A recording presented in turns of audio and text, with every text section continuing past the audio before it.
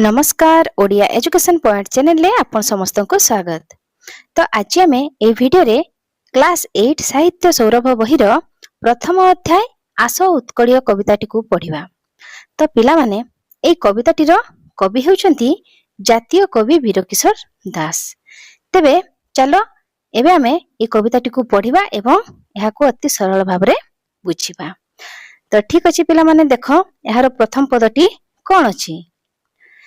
आस उत्कड़ीय शुण सर्वे मिली ए देश जातिर पूर्व कथा स्मरणे जहार गौरवे तोहर आपे आपी नई पड़िब मथा।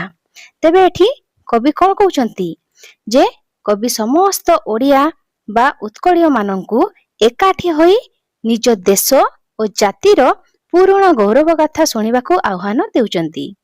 आमर अतीत एते महान जे ताहा मने पड़िले गर्वरे आम मुंड आपे आपे सम्मान रे नई जाए। जेमिति आमे खारवेलଙ୍କ साम्राज्य बा कलिंगर नौ वाणिज्य कथा भाबिले आम मन गर्वरे भरि जाए। तापरे पिला माने देखो सेकेंड पदरे कोन कहिछि। बक्सी जगबंधु चंदन हजूरी गलेणी उभेई अमर पथे जस कि तांकर हेब कि मलिन अमलिन परा ताहा जगते। तेबे एठी कवि एई पदरे वीर संग्रामी अमर गाथा लिखिछंती। तो एहार अर्थ कौन। ब्रिटिश शासन विरुद्ध रे लढ़िथिबा ओडिशार वीर संग्रामी बक्सी जगबंधु एवं चंदन हजूरी जे कि कौन तांकर आ गोटे ना होची चक्की खुंटिया ना देश पाई प्राण बलि दे अमर होई जाइछंती। सारा पृथ्वी रे सेमानंकर एही कीर्ति और जश केबे हेले लिभिबो नाही। तेबे ଏହା 1817 मसीहार पाइक विद्रोहर नेतृत्व नै बक्सी जगबंधु इतिहास रे निज नाम सदा सर्वदा पई स्वर्णाक्षर रे लिखित करि जाई छंती। तापरे देखो तृतीय पद कोन कहिछि। पाइक पुअर गारिमा जा थिला स्वाधीनता जागे देला आहुति से जाति दायाद आमे तो सरबे बोली हेबा अंगे सेही विभूति। तो पिला माने एठी कोन कहिसंती तृतीय पदरे पाइक पुअर बलिदान कथा एठी एई पदरे कहिसंती। कोन ना ओडिशार वीर पाइक पुओ मानंकर जे गर्व और वीरत्व थिला ताहाकु सेमाने देशर स्वाधीनता रूपक यज्ञ रे आहुति देइथिले बा प्राण विसर्जन करिथिले। सेमाने बा आमे समस्ते सेही वीर जातिर उत्तराधिकारी बा संतान तेणु आम शरीर रे सेही वीरत्वर पवित्र भस्म बा गौरव सदा बेले रहिछि। तापरे देखो नेक्स्ट पिला माने 4 नंबर पद कोन कहिछि। कलिंग युद्धर स्मृति एई पदरे रहिछि। तो एठी कवि कोन लिखिछंती। तोसाड़ी प्रांत रे दिने बही थिला समरे वीरर रकत नई स्वाधीनता पाई प्राण देले जेते पंजरिले माटी जीवत कही। तो एठी कवि कोन कहउचंती दिने ओडिशार तोसाड़ी के माने तोसाड़ीटा कोन धौड़ी अंचल धौड़ी हमर जो धौड़ीगिरी रहिछि से अंचल रण क्षेत्र रे निज माटी को बंचाइबा पई वीर माने एमिति लढिथिले जे रक्तर नदी बही जाइथिला। निज स्वाधीनता पई सेठारे जेते वीर प्राण देइछंती आजि भी सेही माटी को खोलिले ताहा प्रमाण देब। ख्रीष्टपूर्व 261 रो प्रसिद्ध कलिंग युद्ध जेउठी दया नदीर जल रक्तरे नाली होई जाइथिला। तापरे नेक्स्ट पद देखो 5 नंबर पद कोन कहिछि। शांति मैत्री प्रीति पुतबाणी सही स्फुरु थिला प्रति अंतर भरी अहिंसा मंत्र रे देला जेउ दीक्षा काहे केउ देश हेबता सरी। तेबे ए पदरे कवि कोन कहउचंती अहिंसा और शांतिर वार्ता एठी देइचंती। तो ए पदटी को कहिबा को जाय कि कवि कहउचंती जे एही माटी केवल युद्धर नुहे बरं एठारू शांति बंधुता और प्रेमर पवित्र वार्ता समस्त हृदय रे भरी जाइथिला। एही ओडिशा माटी सारा विश्व को जे अहिंसार पाठ पढ़ाइछि ताहा सह पृथ्वीर अन्य कोनोसी देश तुलना होई परिबे नाही। कलिंग युद्ध परे चंडाशोकଙ୍କ हृदय परिवर्तन होई से धर्माशोकरे परिणत हेले एवं एही माटीरु ही बौद्ध धर्म और शांतिर वार्ता सारा विश्व को व्यापी थिला। तापरे देखो नेक्स्ट पद ଜାତି ପାଇଁ ଦିନେ ବାଳୁତ ଧରମା, ଝାସି ଥିଲା ପ୍ରାଣ ସାଗର ଜଳେ, ଲିଭିବ କି ତାର ଅଲିଭା କାହାଣୀ, ଥିବା ଯାଏ ନର ଧରଣୀ ତଳେ। ତ ଏଠି କାହା କଥା କୁହାଯାଇଛି? ବାଳୁତ ଧରମାର ତ୍ୟାଗ ବିଷୟରେ କୁହାଯାଇଛି।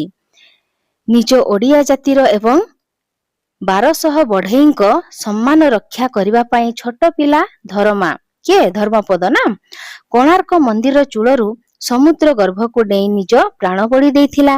ଏ ପୃଥିବୀରେ ମଣିଷ ଥିବା ପର୍ଯ୍ୟନ୍ତ ତାର ଏହି ଅଲିଭା କାହାଣୀ କେବେ ବି ଲିଭିବ ନାହିଁ। ତ ପିଲାମାନେ ସମସ୍ତେ ତ ଧର୍ମପଦର କାହାଣୀ ଶୁଣିଛ। ସେ ଏଭଳିଆ କାମ କରିଯାଇଛନ୍ତି ଯେପର୍ଯ୍ୟନ୍ତ ମଣିଷ ଜାତି ରହିଛନ୍ତି କେବେ ବି ତା କାମକୁ କେହି ଭୁଲି ପାରିବେ ନାହିଁ। କୋଣାର୍କ ମନ୍ଦିରର ଦଧିନଉତି ମାରିବା ପରେ ଧର୍ମପଦର ଆତ୍ମବଳିଦାନ ଓଡ଼ିଆ ଶିଳ୍ପୀର ସ୍ୱାଭିମାନର ପ୍ରତୀକ ଅଟେ। ଠିକ ଅଛି। ତାପରେ ଦେଖ ନେକ୍ସଟ ପଦରେ କଣ କହିଛନ୍ତି? ତ୍ୟାଗ ଆଦର୍ଶ ଜାତିର ମହତ୍ଵ, ଦେଶ ପାଇଁ ଦେଲା ନିଜକୁ ବଳି, ଦରିଦ୍ର ଜନର ବନ୍ଧୁ ଗୋପବନ୍ଧୁ, ସେ ପୁଣ୍ୟ ମହିମା ହେବ କି କଳି। ତ ଏଠି କାହା କଥା କୁହାଯାଇଛି? ଉତ୍କଳମଣି ଗୋପବନ୍ଧୁଙ୍କ ମହିମା ଏଠି କୁହାଯାଇଛି।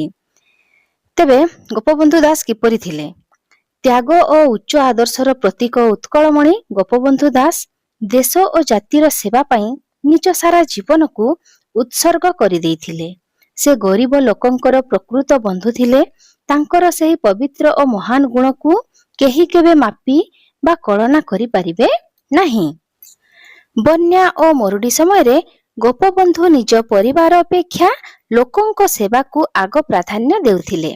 ତେବେ ତାଙ୍କର ଗୋଟିଏ ପ୍ରସିଦ୍ଧ ପଦ ରହିଛି ନା, କଣ ନା, ମିଶୁ ମୋର ଦେହ ଏ ଦେଶ ମାଟିରେ, ଦେଶବାସୀ ଚାଲି ଯାଆନ୍ତୁ ପିଠିରେ, ଦେଶର ସ୍ୱରାଜ୍ୟ ପଥେ ଯେତେ ଗାଢ଼, ପୁରୁତ ହିଁ ପଡ଼ି ମୋର ମାଂସ ହାଡ଼। ତ ପିଲାମାନେ ଏଇ ପଦଟିକୁ ତ ସମସ୍ତେ ଜାଣିଥିବ। ତ ଏଇ ପଦଟି ହେଉଛି ଗୋପବନ୍ଧୁ ଦାସଙ୍କ ପାଇଁ ଗୋଟିଏ ଶ୍ରେଷ୍ଠ ଉଦାହରଣ। ତେବେ ତାପରେ ଚାଲ ନେକ୍ସଟ ପଦଟିକୁ ବୁଝିବା। ବାଜି ରାଉତର ନାଁ ଲୁଚି ନାହିଁ, ମୁକତ ପଥର ସୈନିକ ସେହି, ତରପଣ କର ସେ ନାମ ଉଚ୍ଚାରି, ସ୍ୱାଧୀନ ସଂଗ୍ରାମ ପୁରାଣ ଭେଇ। ତେବେ ଏଠି ବୀର ବାଜି ରାଉତଙ୍କୁ ପ୍ରଣାମ କରିକି କବି କଣ କହୁଛନ୍ତି? ଯେ ମାତ୍ର 12 ବର୍ଷର ଶିଶୁ ବୀର ବାଜି ରାଉତର ନାମ ଇତିହାସରୁ କେବେ ହେଲେ ଲିଭି ଯାଇନାହିଁ ବା ହଜି ଯାଇନାହିଁ। ସେ ସ୍ୱାଧୀନତା ବା ମୁକ୍ତି ପଥର ଜଣେ ଅସୀମ ସାହସୀ ସୈନିକ ଥିଲେ। କବି କହିଛନ୍ତି ସେହି ବୀରମାନଙ୍କ ନାମ ସ୍ମରଣ କରି ଆଜି ଆମକୁ ଶ୍ରଦ୍ଧାଞ୍ଜଳି ଦେବାକୁ ହେବ। ଶ୍ରଦ୍ଧାଞ୍ଜଳି କଣ? ତର୍ପଣ। ଏବଂ ସେହି ସ୍ୱାଧୀନତା ସଂଗ୍ରାମର ପବିତ୍ର ଇତିହାସକୁ ପୁଣି ଥରେ ମନେ ପକାଇବାକୁ ହେବ।